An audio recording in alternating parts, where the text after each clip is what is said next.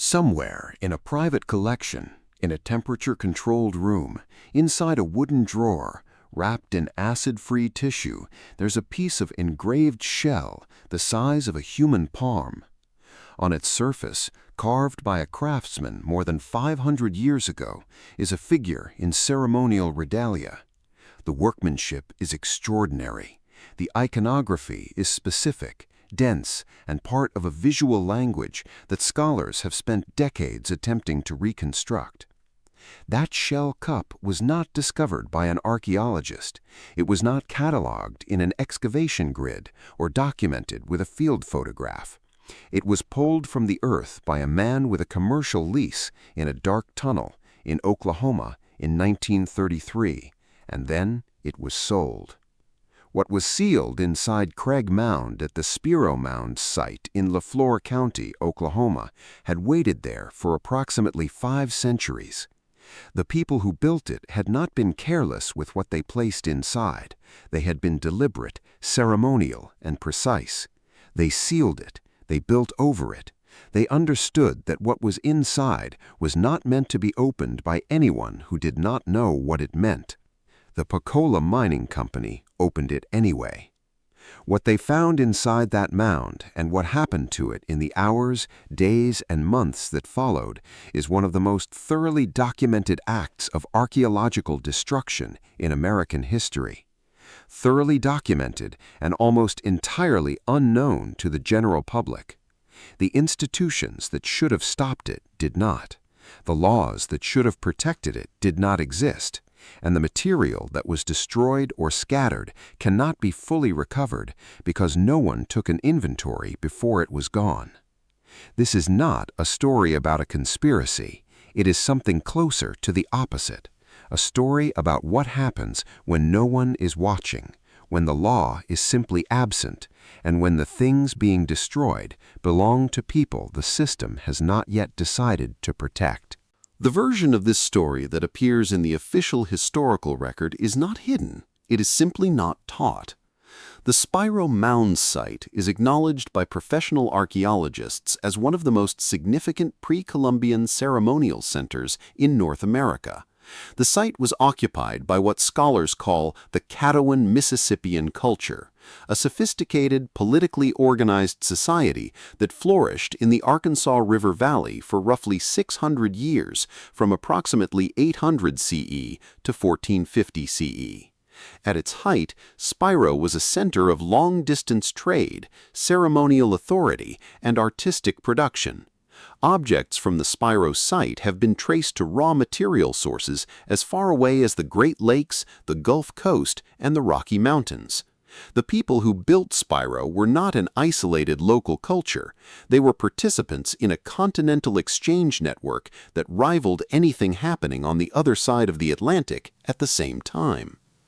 Craig Mound, the largest of the 12 mounds at the site, is approximately 420 feet long, 220 feet wide, and 33 feet tall. It functioned as the primary mortuary and ceremonial deposit center for the Spiro polity over multiple centuries. What was inside it when it was finally opened reflected that entire history. The official story continues. In 1935, the Oklahoma legislature passed the Oklahoma Antiquities Law, one of the first state-level archaeological protection statutes in the country. The University of Oklahoma conducted professional excavations at the remaining portions of Craig Mound from 1936 through 1941. Scholarship continued. The site is now managed by the Oklahoma Historical Society as an interpretive center open to the public. The Caddo Nation of Oklahoma identifies Spiro as ancestral Caddo territory and is involved in ongoing repatriation processes. That is the official version. It is accurate as far as it goes. I came to this story through the scholarship, not through the alternative history literature. I was reading James Brown's reconstructive work, his attempt across multiple published volumes to reassemble a picture of what Craig Mound had contained by tracking artifacts from private collections and museum drawers back to their point of origin, and I kept returning to a single documented detail. The scholars who arrived at Craig Mound after the Pocola operation found a mound that had already been tunneled, breached, and emptied. What they were documenting was the aftermath. The primary event, the moment the chamber was opened, was witnessed by men with no archaeological training, no documentation equipment, and a commercial incentive to remove and sell as quickly as possible. The only record of what that chamber looked like when it was first entered is fragmentary, second-hand, and largely anecdotal. That gap is where this story lives. To understand what was at stake inside Craig Mound, you have to understand what the Mississippian world was. Between roughly 800 CE and 1600 CE, a network of complex, mound-building societies stretched across what is now the eastern half of the United States, from the Gulf Coast to the Great Lakes, from the Atlantic seaboard to the eastern edge of the Great Plains. They built cities. The largest of them, Pocola, near present-day St. Louis, had a population estimated by archaeologists at somewhere between 10 and 20,000 people at its height, larger than London at the same period. They built platform mounds as tall as 10-story buildings. They maintained trade networks spanning thousands of miles. They produced art of extraordinary technical and symbolic complexity. Spiro was not the center of this world, but it was one of its most important nodes. Its position in the Arkansas River Valley made it a gateway between the southern plains and the eastern woodlands. The ceremonial objects that accumulated at Spiro over centuries of use as a mortuary center reflected that position. Shell from the Gulf of Mexico, copper from the Great Lakes region, materials and iconographic traditions from across the entire Mississippian sphere. When archaeologists finally got inside what remained of Craig Mound after 1936 and began their professional documentation, what they found, even in a site that had already been largely emptied, was enough to establish that the chamber breached by the Pocola Mining Company had been unlike almost anything else documented in North American archaeology. The University of Oklahoma field records describe a mortuary context of extraordinary density and preservation. Human remains, ceremonial objects, and organic materials, cedar poles, woven textiles, basketry, had been sealed inside conditions that preserved them for 5 centuries. I want to be careful about what I am and am not claiming here. The professional archaeological record is clear that Craig Mound contained an exceptional concentration of Mississippian ceremonial material. What is less clear, and what honest scholarship acknowledges as less clear, is the precise character of the sealed hollow chamber that the Pocola operators described breaching in approximately 1935. Contemporary accounts reported through regional newspapers and second-hand observer testimony describe this chamber as a kind of sealed interior room lined with cedar poles containing massed deposits of artifacts and human remains. These accounts are real documents. Their specific details, dimensions, precise contents, the exact state in which material was found cannot be independently verified because the chamber was entered and emptied before any professional documentation took place. What can be verified is the material that survived dispersal. James Brown's Spiro Studies, published by the University of Oklahoma Press, represents the most comprehensive scholarly reconstruction of Craig Mound's contents. It was assembled by tracking artifacts, engraved shell cups, copper plates, carved effigy pipes, wooden masks, pearl beads, from their post-excavation locations in private and institutional collections back to their Spiro origin. The scope of that reconstruction is itself the evidence. Brown's work identified material that had entered collections across the country, in Kansas City, in private hands throughout Oklahoma and neighboring states, in museum collections that had acquired objects without demanding provenance documentation. Here is the first layer of that evidence stack. The Pocola Mining Company was legal. That is not a rhetorical point. It is a documented fact of American legal history that matters for understanding everything that followed. In 1933, Oklahoma had no state law protecting prehistoric archaeological sites on private land. The Federal Antiquities Act of 1906, passed specifically in response to looting at southwestern sites in Arizona and New Mexico, applied exclusively to federal lands. Craig Mound sat on privately owned land in Flore County. The group of local men who formed the Pocola Mining Company paid a lease fee to the landowner, Mrs. W.H. Mathews, and began excavating that mound, were operating entirely within the law as it existed. Every artifact they removed, every object they sold, every piece of a 5-century-old ceremonial deposit they pried out of the earth and handed to a dealer, all of it was legal. The system did not fail at Spiro. The system performed exactly as designed, for the people it was designed to serve. The second layer is what the market received. Regional artifact dealers in Kansas City and throughout Oklahoma were active recipients of Spiro material during and after the Pocola operation. The artifact market of the 1930s had real demand from private collectors, from institutions acquiring without provenance scrutiny, from individual buyers who understood they were purchasing ancient American objects and found no legal or institutional obstacle to doing so. The dispersal was not chaotic, it was commercial and organized. Objects moved through established dealer networks into collections where some remain today, identified as Spiro origin through the patient tracking work of scholars like Brown, and in some cases through the distinctive iconographic and material signatures of Caddoan Mississippian craft production that are unmistakable to trained eyes. The third layer is the destruction that left no inventory. Multiple contemporary accounts and subsequent scholarly sources report that organic materials inside the mound, woven textiles, basketry, wooden objects that had survived in a sealed, low-oxygen environment for approximately 500 years did not survive exposure to outside air. The accounts describe material disintegrating within hours of the chamber being opened. Cedar poles, fabric, basketry that had been preserved by the specific conditions of the sealed interior were simply gone. You cannot put that back. You cannot track it through dealer networks or find it in a private collection.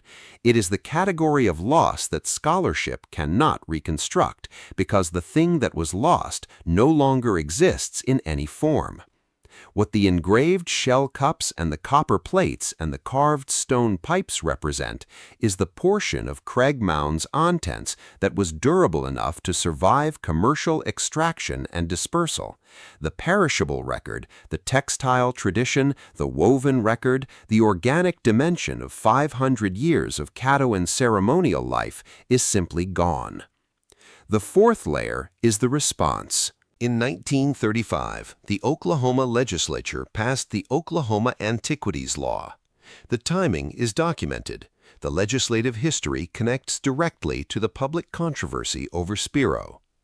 The University of Oklahoma secured a lease on the remaining portions of Craig Mound immediately following the law's passage and conducted documented professional excavations from 1936 through 1941.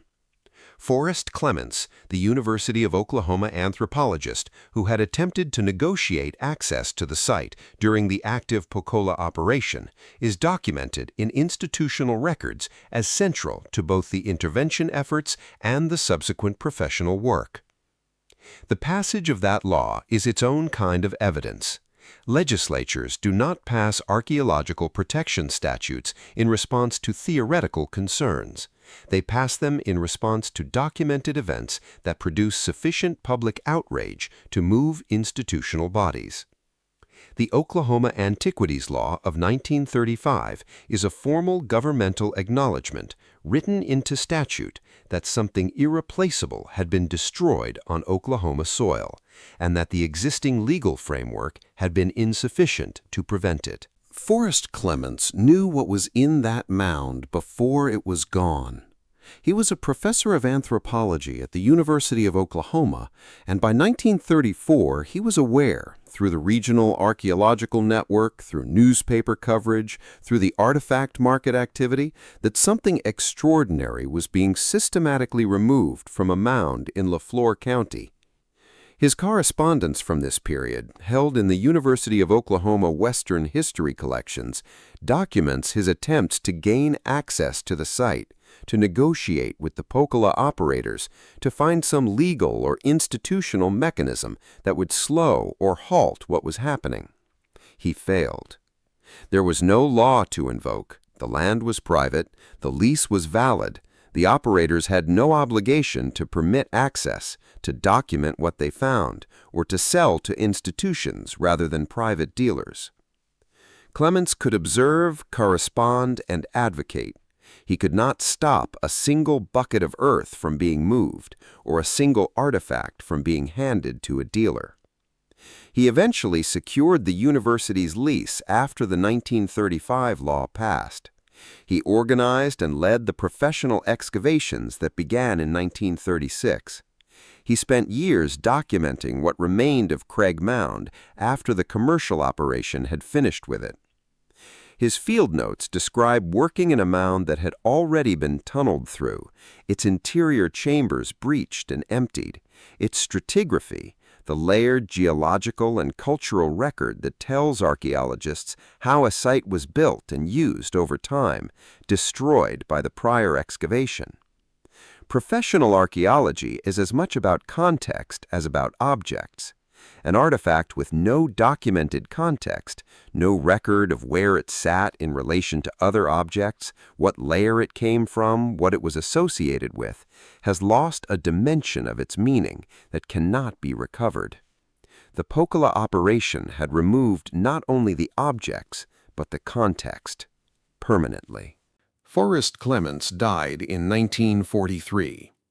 He did not live to see the scholarly reconstruction of Craig Mound's contents.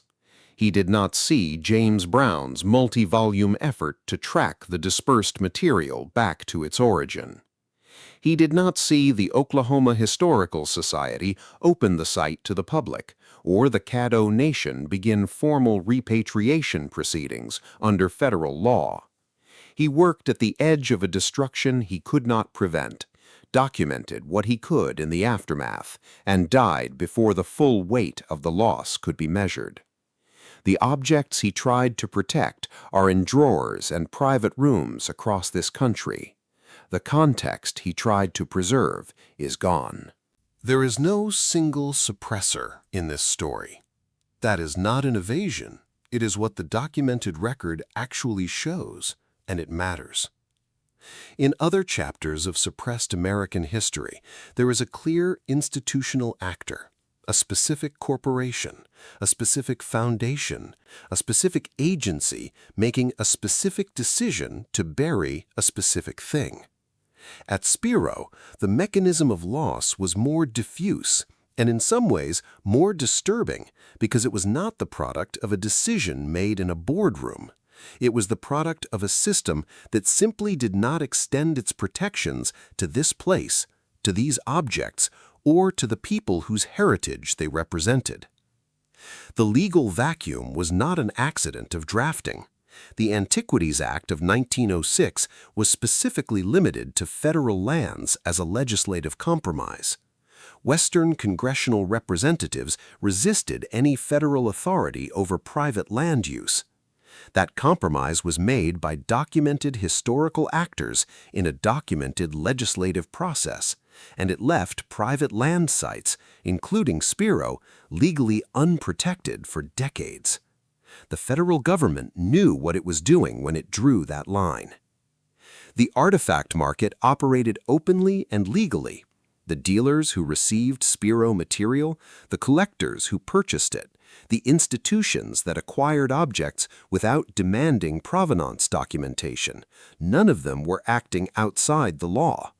Some of the material that entered institutional collections in the 1930s has since been identified as Spiro origin. Some of those institutions have been involved in repatriation discussions. The transaction chain that moved objects from Craig Mound to private and institutional collections across the country is not a hidden conspiracy. It was commerce, conducted in daylight under a legal framework that treated ancient indigenous ceremonial material as a natural resource available for extraction by whoever held the surface rights to the land above it. And the professional archaeological establishment, the institutions that held the expertise to recognize what was being lost, moved slowly. Clements' efforts were real and documented, and they failed. Whether that failure reflects institutional indifference, funding constraints, jurisdictional limitations, or simple unpreparedness is a question historians debate. It should not be overstated as deliberate complicity, but it should not be minimized either. The machinery that could have applied pressure, universities, scholarly associations, state government, the Federal Bureau of American Ethnology, was present and largely ineffective during the years the Pocola operation was most active. The strongest counterargument to a suppression framing of this story is one that deserves to be heard directly. Critics argue that calling Spiro suppressed history mischaracterizes what was actually a legal failure and a market failure rather than a conspiracy. The artifacts were not hidden, they were sold. The destruction was not classified, it was covered in regional newspapers. The state legislature responded within 2 years with new law. The scholarly community spent subsequent decades in documented reconstruction work. Nothing was seized by a controlling institution and buried. There was no cover-up because nothing needed to be covered. The system that allowed it was operating as designed. That argument has real weight. The Spiro story is not the story of a secret. It is the story of what happens when the law is designed to protect some things and not others, and when the things it does not protect belong to people who are not in a position to demand protection. That is a different kind of suppression, structural, legal, systemic, and in some ways it is harder to argue against because it does not require anyone to be conspiring. It only requires the system to be working exactly as it was built. Spiro was not an isolated case. The pattern it represents runs through American archaeological history with a consistency that is difficult to explain as coincidence. The Etowah Mounds in Georgia, another major Mississippian ceremonial center, suffered extensive amateur and commercial excavations in the 19th and early 20th centuries. Material was removed, context was destroyed. State and federal protections came years after the most significant damage was done. The Antiquities Act of 1906 itself was not a spontaneous act of preservation. It was passed in direct response to documented looting at southwestern archaeological sites, in Arizona, in New Mexico, in Colorado. The cliff dwellings and pueblo sites of the Southwest had been commercially excavated and stripped of artifacts for decades before the federal government acted. When it did act, it drew the protection line at federal land, leaving private and state land sites to whatever protections state legislatures chose to provide. Every single state had its own timeline. Every single unprotected private land site in those gaps was potentially a Spiro. The pattern is not confined to the Mississippian world. Across the 19th and early 20th centuries, the systematic removal of Native American human remains and funerary objects from burial sites of every cultural tradition in the country proceeded through a combination of commercial excavation, museum acquisition, and federal collection programs. The Smithsonian Institution alone held, at the time of NAGPRA's passage in 1990, the documented remains of thousands of Native American individuals. The Bureau of American Ethnology collected actively throughout the late 19th century. State historical societies acquired, private collectors acquired. The material moved in one direction, out of indigenous cultural contexts and into institutional and private possession through mechanisms that were, at each step, legal under the frameworks that existed. NAGPRA, the Native American Graves Protection and Repatriation Act, was passed in 1990, 84 years after the Antiquities Act and 55 years after the Spiro destruction. It required institutions receiving federal funding to inventory Native American human remains and funerary objects in their collections and to repatriate them to affiliated tribes upon request. It was the first federal law that formally recognized the interests of living indigenous communities in the physical remains and ceremonial objects of their ancestors.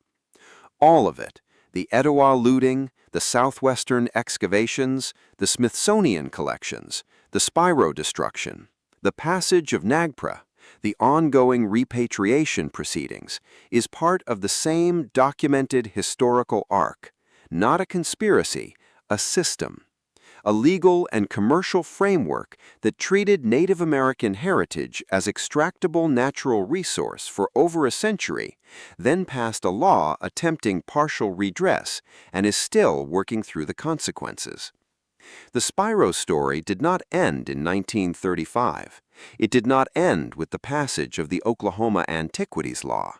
It did not end with the University of Oklahoma's professional excavations, or with James Brown's reconstructive scholarship, or with the opening of the Spiro Mounds Archaeological Center to the public. It is continuing right now. The Caddo Nation of Oklahoma identifies Spiro Mounds as ancestral Caddoan territory. Under NAGPRA, the Caddo Nation has been engaged in repatriation processes related to human remains and funerary objects from the Spiro site that are held in institutional collections. This is an active, documented, ongoing legal and cultural process. The work of identifying which objects in which collections came from Craig Mound, establishing their affiliation with living Caddoan communities, and negotiating their return is being done today by people, tribal cultural preservation staff, NAGPRA compliance officers at institutions, lawyers, scholars, who are dealing with the direct downstream consequences of decisions made in a tunnel in Oklahoma in 1933. But there is a dimension of the Spiro aftermath that NAGPRA cannot reach, and it is the dimension that connects most directly to you. A substantial portion of the material removed from Craig Mound during the Pocola operation is in private hands. It was sold to private collectors in the 1930s, and private property is outside the scope of NAGPRA. Those objects, engraved shell cups, copper plates, carved pipes, effigies, cannot be compelled to return. Their current owners acquired them legally through a chain of legal transactions that traces back to a legal commercial lease on private land in 1933. The reconstruction scholars like Brown have attempted is necessarily incomplete because a portion of the material has never been identified as Spiro origin, because private collectors do not always disclose their holdings, and because some objects changed hands multiple times in the decades after the excavation, and their provenance records are fragmentary or non-existent. The private market in ancient American artifacts continues to operate. Legal frameworks governing the sale of pre-Columbian artifacts were not comprehensively addressed until the Pre-Columbian Monuments Act of 1972 and subsequent legislation, and even those laws have documented enforcement gaps. Objects of the type removed from Craig Mound appear in auction catalogs. They appear on private dealer websites. They are appraised, insured, and stored in collections that will pass them to the next generation of private owners. What your property tax, your tuition, your institutional membership fees, and your tax contributions have funded through the universities, the museums, and the government agencies involved in this history is a system that legally enabled the destruction of Craig Mound and is still, decades later, working through the legal, cultural, and moral consequences of that enabling. You have a stake in whether that accounting is ever completed. Most people who have that stake have never heard of Craig Mound. There is a question at the center of the Spiro story that the documented record cannot answer, not because it was suppressed, not because documents were classified or destroyed, but because the moment when the answer existed, the men who held the answer were moving too quickly to write anything down. When the Pocola operators broke through into the sealed chamber inside Craig Mound in approximately 1935, based on the most consistent accounts, what they entered had not been disturbed for approximately 500 years. Whatever was in that space at the moment they entered it, in its complete and intact condition, was seen for the last time by people who were not in a position to understand what they were looking at and who had no incentive to document it before they began removing it. The academic reconstruction, Brown's work, Phillips and Brown's work on the shell engravings, the University of Oklahoma field records, tells us a great deal about what Craig Mound contained. The engraved shell cups have been tracked, cataloged, and analyzed. The copper plates have been studied. The iconographic system they represent, figures and ceremonial regalia, cosmological imagery, symbols of authority and ritual that connect Spiro to the broader Mississippian world, has been partially decoded through decades of comparative scholarship. But partial is the operative word. The context that was destroyed when the Pocola operators tunneled through the mound, the spatial relationships between objects, the layering of deposits across time, the association of specific objects with specific human remains, that context carried information that no amount of post-dispersal tracking can recover. Archaeologists can tell you what was in Craig Mound. They cannot tell you with certainty what it meant, because the language in which it was written, the language of spatial arrangement, of association, of deliberate placement over centuries of use, was destroyed in the process of extraction. The Caddoan Mississippian people who built Craig Mound sealed it deliberately. They understood what was inside. They made a decision about how to treat it. That decision was 500 years old when a group of men with a commercial lease and a 2-year timeline tunneled into it from the outside. What they understood that we do not is a question that no archive can answer.